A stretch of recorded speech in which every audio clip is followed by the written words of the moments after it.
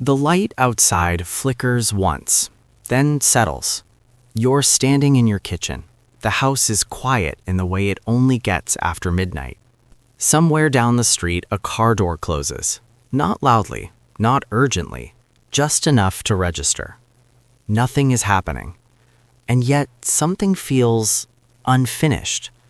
This is the moment most people miss. Not because they're careless, because they're waiting for certainty. They tell themselves it's nothing. They replay the sound. They look for a harmless explanation. And while they do that, time passes, quietly, indifferently. People imagine danger announces itself. It doesn't. The one thing that makes criminals skip a house isn't a lock, or a camera, or a dog, or a sign in the window. It's the presence of friction. Not physical resistance, psychological resistance.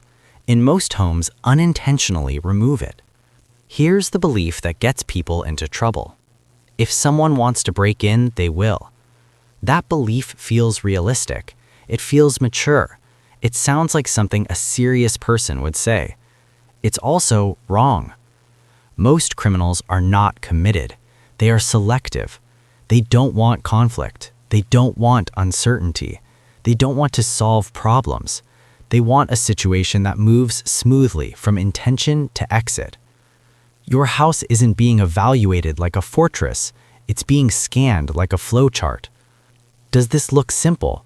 Does this feel quiet? Does this seem predictable? The moment the answer becomes maybe not, they move on. Understanding that changes everything. To make sense of this, you need a simple mental framework, not rules, not tips, a way to see what's happening while it's happening. Think of a criminal's decision as moving through 3 phases: the approach, the test, the commitment. Most people only prepare for the 3rd phase. By then, the decision is already made. The real work happens before that. The approach phase is when someone is simply moving through an area. They're not inside your home. They're not even sure about it yet. They're looking without looking. Their attention is soft. Their mind is open to options. At this stage, they're asking one quiet question. Is this worth thinking about? They notice light patterns, sound, movement, whether a house feels occupied, aware, alive. A place that feels asleep blends into the background. A place that feels observant stands out.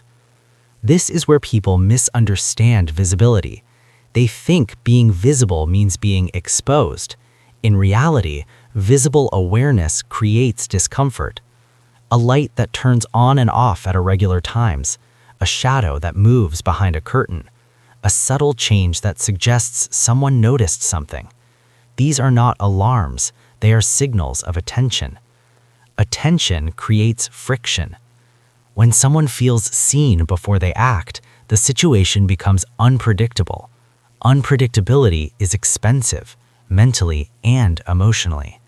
Most people don't understand how powerful that is. The test phase comes next.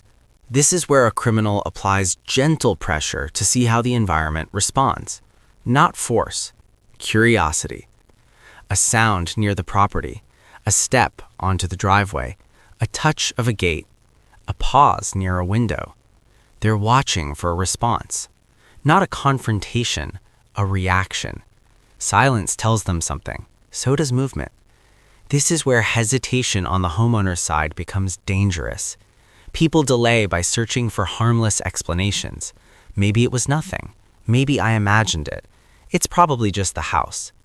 They replay the noise mentally. They wait for confirmation. From the outside, that waiting feels like permission.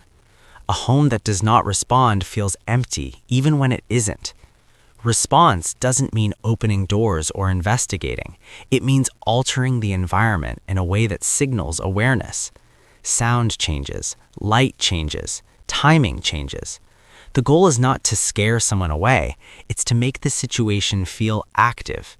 Activity creates uncertainty. Uncertainty breaks momentum. Momentum is everything. If the test phase passes smoothly, the 3rd phase begins, commitment. This is the point of no return. Not emotionally, but cognitively. Once someone commits, they narrow their focus. They stop scanning. They stop evaluating alternatives. They enter execution. This is the phase most people imagine, and the phase you want to prevent. The mistake is thinking strength matters here. It doesn't. What matters is that you never let the process reach this point. So what actually makes someone skip a house? It's not signs. It's not cameras by themselves. It's not security systems as objects. It's responsive presence. A house that reacts subtly but confidently to the world around it. Consider two homes. One is dark, silent, unchanged from the moment someone arrives to the moment they leave. The other shifts. A light turns on after a sound. A window changes. Music starts, then stops. A door opens briefly and closes. Nothing dramatic, nothing aggressive, just enough to suggest a human mind is engaged. That suggestion forces a choice, and criminals avoid choices. Choice introduces risk. This is why purely passive defenses often fail psychologically. They exist, but they don't interact. They don't respond. They don't acknowledge. They're static. Static environments feel safe to exploit. Dynamic environments feel watched, even if no one is watching. This is where time becomes your ally. Criminals work on borrowed time. They feel it even if they don't articulate it. Every second spent deciding increases exposure. Every hesitation costs emotional energy. Your goal is not to win an encounter, it's to lengthen the decision. Length creates doubt. Doubt creates exit. Here's an important shift. You don't need to do more, you need to do sooner. Early, mild signals outperform late, intense reactions. People imagine safety as escalation. It's actually timing. A small response early feels larger than a big response late. Think about how different it feels to notice a car slowing down versus slamming on the brakes at the last second. One feels controlled, the other feels desperate. Control is persuasive. Calm signals of awareness suggest a person who is present, awake, and capable of adapting. That's enough. Now let's talk about the environment itself. Most homes accidentally broadcast patterns. Lights turn on at the same time. Curtains never change. Sounds follow routines. Patterns are comforting to residents. They're also readable. Predictability lowers cognitive load for someone watching. It makes decisions easier. Breaking patterns doesn't require randomness. It requires variation. Small differences, slight delays, minor changes. Not chaos, variation. Variation forces continued observation. Continued observation increases perceived risk. This is why criminals prefer places that feel boring. Boring means nothing changes. Another misunderstanding is silence. People equate silence with safety, but total silence communicates absence. Controlled sound communicates presence, not noise, presence. A radio turning on briefly after a disturbance, footsteps overhead, a door closing inside the house. These aren't warnings, they're acknowledgments. Acknowledgement is powerful. It says something noticed something. That's often enough. There's also the question of space. Criminals think in terms of zones: public space, transitional space, private space. Driveways, porches, side paths. Every zone crossed without response increases confidence. Every response resets the calculation. This is why the first response matters so much. It reframes the entire sequence. When people ask how to feel more in control, the answer is not bravery, it's clarity. Clarity comes from knowing what matters and what doesn't. You don't need to identify threats, you need to notice deviations. A sound out of rhythm, movement out of place, a pause where there shouldn't be one. The moment you notice, you respond by changing the environment, not confronting it, not investigating it, changing it. That shift alone does most of the work. There's a calm confidence that comes from understanding this. You stop waiting for certainty. You stop second-guessing your perception.